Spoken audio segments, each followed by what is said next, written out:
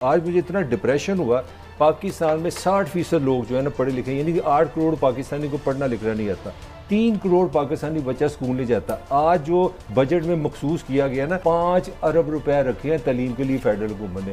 ये है वीएन इमरान खान का, और फरमा रहे हैं कि बांग्लादेश और भारत हमसे आगे चला गया। और भाई अगर एजुकेशन मेरी प्रायोरिटी नहीं होगी, हम किस तरह दुनिया को कम्पीट करें। नाज़रीन, एक बड़ी रोज़ी पिक्चर पेश की जा रही है मईशत के हवाले से, और एक उनके मुजम्मिल असलम साहब को मैं देख रहा था, उन्होंने बड़ा वेहमेंटली कहा है कि जनाब मईशत बहुत बेहतर हो रही है और बहुत से हालात बेहतर हो रहे हैं, मगर क्या ये नीचे ट्रिकल डाउन हो रहा है या नहीं हो रहा है। एक तो ये हमारा मौजू होगा इसमें, और साथ ही हम देखेंगे क्या सोशल मीडिया को रेन इन करने की कोशिशें हो रही हैं। सोशल मीडिया में भी एक सेंस ऑफ रिस्पॉन्सिबिलिटी हमें कुछ थोड़ी कमी नज़र आती है। जिसकी मर्जी है आप पगड़ी उछाल दें, ये भी बातें आ रही हैं। भट्टी साहब भी बात करते हैं, मलिक साहब भी यही बात करते हैं। मलिक साहब, पहले हम आ जाते हैं सोशल मीडिया पे। खान साहब ने कुछ कहा है, ये तो मैशत के बारे में उन्होंने बात की है, वो ज़रा सुनाएं क्या है। ये जो इस वक्त ऑपोजिशन, फिर ये पीडीएम इकट्ठी हो रही है, फिर जा रही है, फिर आ रही है भाई, इनका जो मकसद है ना, ये कभी कामयाब नहीं हो सकते। अगर इनका मकसद कौम के लिए हो तो अब तक जितनी मुश्किल हालात से कौम गुजरी है हमारे 2 सालों में, और मेरी जिंदगी के मुश्किल साल, तो अब तक हमारी गवर्नमेंट गिरा चुके होते। जी भट्टी साहब, देखें, खान साहब का अपना ख्याल है कि माशियत बिल्कुल सही डायरेक्शन पे आ गई है, जो सख्त वक्त तक गुजर गया। यानी हम सही समत में जा रहे हैं। वो बहुत पुरुम्मीद है। अच्छा। मैं 100% कह रहा हूँ।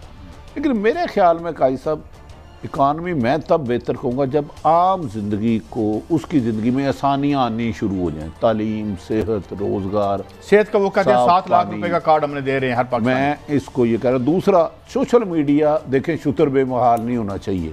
मुझे कोई इख्तियार नहीं किसी की बहन, बेटी, माँ के बारे में जो मर्जी अल्फाज इस्तेमाल कर दूँ। यार, हमारा इधर बैठ के खुदा ना हास्ता किसी की तजलील करने का तो हक नहीं है। मैं इख्तलाफ कर सकता हूँ किसी से भी, लेकिन उसके अल्फाज बेहतर होने चाहिए सोशल मीडिया पे। लेकिन ये भी नहीं होना चाहिए कि जो आपसे इख्तलाफ करे सिर्फ उन्हीं को बंद कर दो। कानून साजी करें, लेकिन कानून साजी राइट साइज से होनी चाहिए। ये इंतकाम के लिए नहीं होनी चाहिए। सोशल मीडिया में कुछ मैं देखता हूँ नहायत नामुनासिब है। बहू बेटियों को, बहनों का इज्जत का भी ख्याल नहीं किया जाता।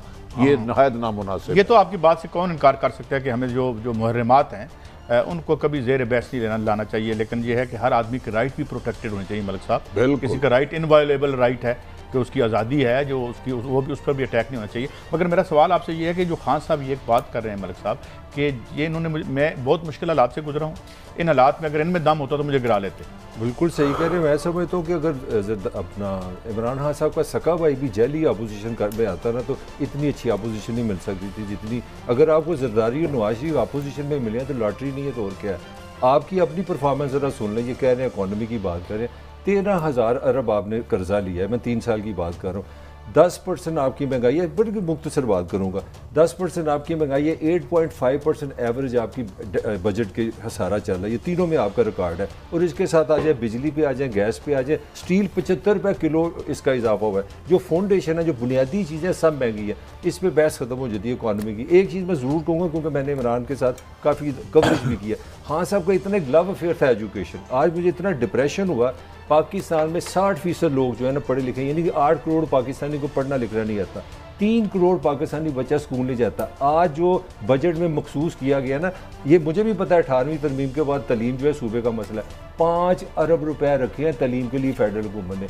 ये है वीएन इमरान खान का, और फरमा रहे हैं कि बांग्लादेश और भारत हमसे आगे चला गया। और भाई अगर एजुकेशन मेरी प्रायोरिटी नहीं होगी, हम किस तरह दुनिया को कम्पीट करेंगे।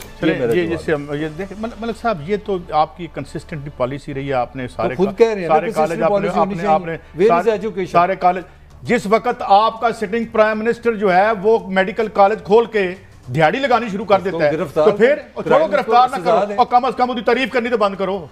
तरफ गिरफ्तार ऐसी करनी है, छोड़े यार। इन्होंने सारे ज़राए पैदावार को जो है वो कौमियाल नहीं लिया, बल्कि खानदिया लिया, खानदान में ले गए। चलें छोड़ें इस बात को। होगा कि ब्रिटिश इंडियन आर्मी का बंटवारा करके भारत और पाकिस्तान आर्मी का गठन स्वतंत्रता प्राप्ति के साथ 1947 में हुआ था।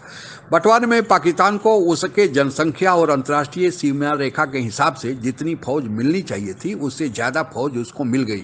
आज पाकिस्तान की आर्मी विश्व की 5वीं बड़ी आर्मी जनसंख्या के हिसाब से मानी जाती है। अपनी इसी सेना के बल पर भारत के साथ वह 3 पूर्ण युद्ध 1948, 1965 और 1971 का लड़ चुका है और 1999 का कारगिल का सीमित युद्ध भी लड़ चुका है। पर इन सभी चारों युद्धों में पाकिस्तान को मुंह की ही खानी पड़ी है। सबसे शर्मनाक हार तो 1971 का था, जब 1 लाख सेना के होते हुए भी पाकिस्तानी सेना बिना लड़े हथियार डाल दी और यह विश्व इतिहास का सबसे बड़ा सरेंडर माना जाता है कि जिसके पास 1 लाख सैनिक हो। बहुत सारे ऐसे देश विश्व में हैं जिनके पास 1 लाख से कम सैनिक है, लेकिन वो भी अपने विरोधियों से लड़ते हैं। लेकिन पाकिस्तानी सेना की 1 लाख सैनिक भारतीय सैनिकों के सामने सरेंडर कर दिया था और इसके बाद भी पाकिस्तानी सेना या पाकिस्तानी सेना के लोग, पाकिस्तानी लोग डींग हाँकते रहते हैं कि विश्व में उसके सेना से ज़्यादा सर्वश्रेष्ठ सेना कोई और है ही नहीं। और 1971 में केवल सरेंडर ही नहीं हुआ था, पाकिस्तान 2 टुकड़ों में बट भी गया था और बांग्लादेश का जन्म भी हो गया था। इतनी शर्मिंदगी के बावजूद भी पाकिस्तानी सेना के अधिकारियों के वर्दी को आप देखोगे तो उनके वर्दी पर दर्जनों मेडल लटके रहते हैं। पता नहीं किन कारणों से, जब तक उन लोग ने इतना मेडल लटका रखा है कि कोई उन्होंने युद्ध जीता ही नहीं। लेकिन अब तो ये पाकिस्तान का अंदरूनी मामला है, वे जाने क्या क्यों वे मेडल लटकाए फिरते हैं। लेकिन आपको यह बताते चले कि पाकिस्तानी सेना अपने जीत के खाते में अफगानिस्तान सोवियत युद्ध को भी अपने ही खाते में डाल देती है। जबकि अफगानिस्तान में अमेरिका लड़ रहा था, पाकिस्तानी सेना ने अमेरिका के इशारे पर पूरे मुस्लिम देशों से जिहादियों को इकट्ठा किया था और पाकिस्तानी सेना अमेरिका के कहे अनुसार उन जिहादियों को मदद दे रही थी। हालांकि सोवियत संघ को वापस लौटना पड़ा था, लेकिन यह जीत अमेरिका के खाते में जाएगा, न कि पाकिस्तान के खाते पर। पाकिस्तानी सेना अपने इसी आकार और औकात के कारण पूरे पाकिस्तान पर दबदबा कायम रखती है और जब जी चाहता है वहाँ के चुनी हुई सरकार को हटाकर खुद सत्ता में आ जाती है। जबकि भारत का पाकिस्तान के साथ कोई भी युद्ध करने का इरादा नहीं है, लेकिन पाकिस्तानी सेना हमेशा भारत से युद्ध का डर दिखाते रहती है। और अभी जो वर्तमान में वहाँ के सेना प्रमुख जनरल बाजवा हैं, उन्होंने भारत से हमले के डर के आधार पर ही अपना एक्सटेंशन लिया है, जबकि भारत ने अभी तक कोई भी हमला पाकिस्तान में नहीं किया है। जो भी 4 युद्धों का हवाला ऊपर में दिया गया था, ये चारों युद्ध पाकिस्तान ने ही शुरू किया था, लेकिन भारत ने उसका पाकिस्तान के हार के साथ अंत किया था। इसलिए भगवान से एक प्रार्थना है कि पाकिस्तान को सुबुद्धि दे। हालांकि पाकिस्तान वहाँ अपनी सेना नहीं भेजेगा, लेकिन कम से कम यह दिवा स्वप्न तो देखना बंद कर दे। आज के लिए बस इतना ही। आप